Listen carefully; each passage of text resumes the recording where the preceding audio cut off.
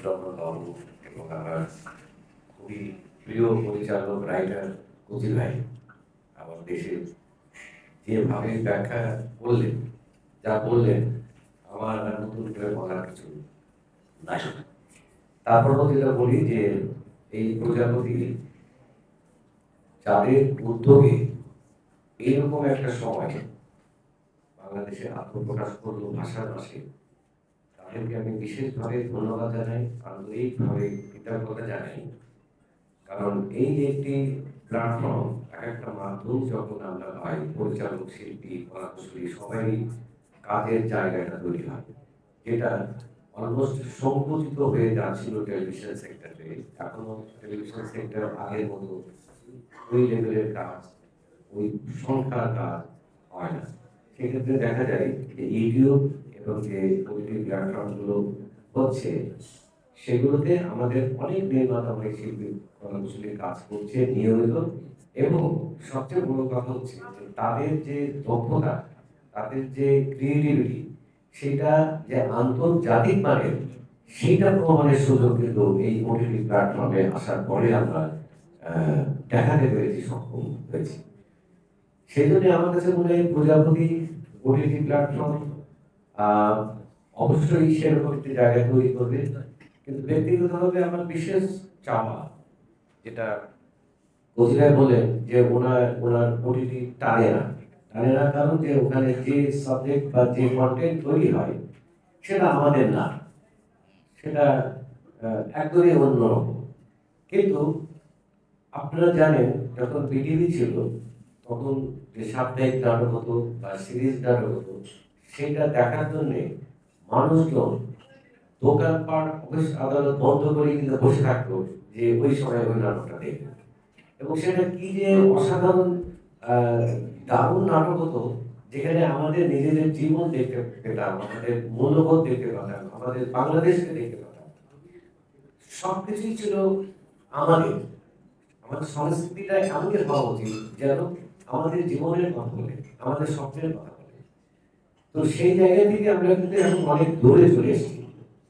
নাটক, এখনকার নাটক দেখলেই বোঝা যায় যে সেটা আপনাকে আপনার হৃদয়ে টাচ করে না। হ্যাঁ, এখন ভিউ, বাণিজ্য, ভাইরাল, এগুলো হওয়াতে হয়েছে কি যে প্রচুর আমরা যদি বিভিন্ন সময় বাইরে যাই, মানুষের কাছে শুনতে হয়, ভাই আগের মতো নাটক, এরকম নাটক বানান, এরকম নাটক কেন হয় না?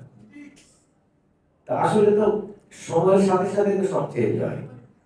আগে নাটক লিখতেন কারা, আগে নাটকে অভিনয় করতেন কারা, আগে নাটকের পরিচালক কারা ছিলেন, কমপ্লিট একজন সংস্কৃতি মানুষ না হলে আসলে শিল্প তৈরি করা যায় না। শুধু ব্যবসায়িক মানসিকতা নিয়ে কিন্তু কখনো শিল্প হয় না। প্রথমে আগে শিল্প হতে হয়, তারপরে সেই ভালো শিল্প হলে অবশ্যই ব্যবসা হয়। কিন্তু আমাদের এখানে রিভার্স হয়ে গেছে। সেই জন্য আমি বলবো যে প্রজাপতি নতুন ভাবনা, নতুন বিষয় বাংলা ভাষার মাসে আত্মপ্রকাশ করেছে। আমরা চাইবো যেন আমাদের বাংলা সংস্কৃতি, বাংলাদেশের সংস্কৃতি, বাংলার আপামর মানুষের যে জীবন, যে জীবনের সাথে সবাই রিলেট করতে পারে, যে জীবন আসলে পর্দায় তো আমরা দেখতে চাই আমাদের নিজেদেরকে, আমাদের নিজেদের কৈশোরকে দেখতে চাই, আমাদের শিশুকাল দেখতে চাই, আমাদের যৌবনকাল দেখতে চাই, আমাদের পৌর জীবনের যারা আমাদের রিলেশন ছিল, যে মানুষগুলো, নানা নানি, দাদা দাদি, মামাতো ভাই, খালা, কি সুন্দর একটা পারিবারিক জীবন ছিল আমাদের। সেই জীবনগুলো আসলে আমরা পর্দায় দেখতে চাই, আমরা গল্পে দেখতে চাই, আমরা কবিতাতে সেই জীবনটাই দেখতে চাই, যেটা আমাদেরকে আরো সুস্থতা দেয়, আমাদের চিন্তার জায়গা থেকে সুস্থ করে। আমরা এমন কিছু দেখতে চাই না যেটা আমার চিন্তাকে অসুস্থ করে। সেই জন্যই আমরা সেই সুস্থ সংস্কৃতি আমরা প্রজাপতি এই ওটিটি প্ল্যাটফর্মের কাছে আশা করি। এবং আমার বিশ্বাস যেখানে শিমুল মামা যেখানে আছে, যার মানে বেসিক্যালি হয় কি, এই সমস্ত মাধ্যমগুলো যদি শুধু বিজনেস ওরিয়েন্টেড বা বিজনেস ব্যবসায়ীর হাতে চলে যায়, সেটা একরকম হয়। আর যখন একজন শিল্পী এর সাথে জড়িত থাকে, শিল্পের সংস্কৃতির মানুষ যখন এটার দায়িত্বে থাকে, তখন এটার ক্যারেক্টার অবশ্যই সুস্থ হতে পারত। সেই জন্য শিমুল সরকার যেহেতু এটা আমরা যেটা জানলাম যে ভাইস চেয়ারম্যান সাহেব অর্থ সহযোগিতা করছেন আর সমস্ত প্ল্যানিং সীমানামা করছেন, আমি নিশ্চিত আর ওনার সংস্কৃতিতে সমাজে উনি একজন দায়বদ্ধ মানুষ। ওনার প্রত্যেকটা কাজে কিন্তু দায়িত্ব নিয়ে কাজ করেন। তো সেই দায়িত্বের জায়গা থেকে আমি এটুকু আশা নিশ্চিত করতেই পারি যে প্রজাপতি থেকে যে কাজগুলো হবে সেটা আমাদের জীবন উৎকৃষ্ট কাজ হবে, আমাদের সংস্কৃতিকে উন্নত করবে, সমৃদ্ধ করবে। প্রজাপতি জয় হোক।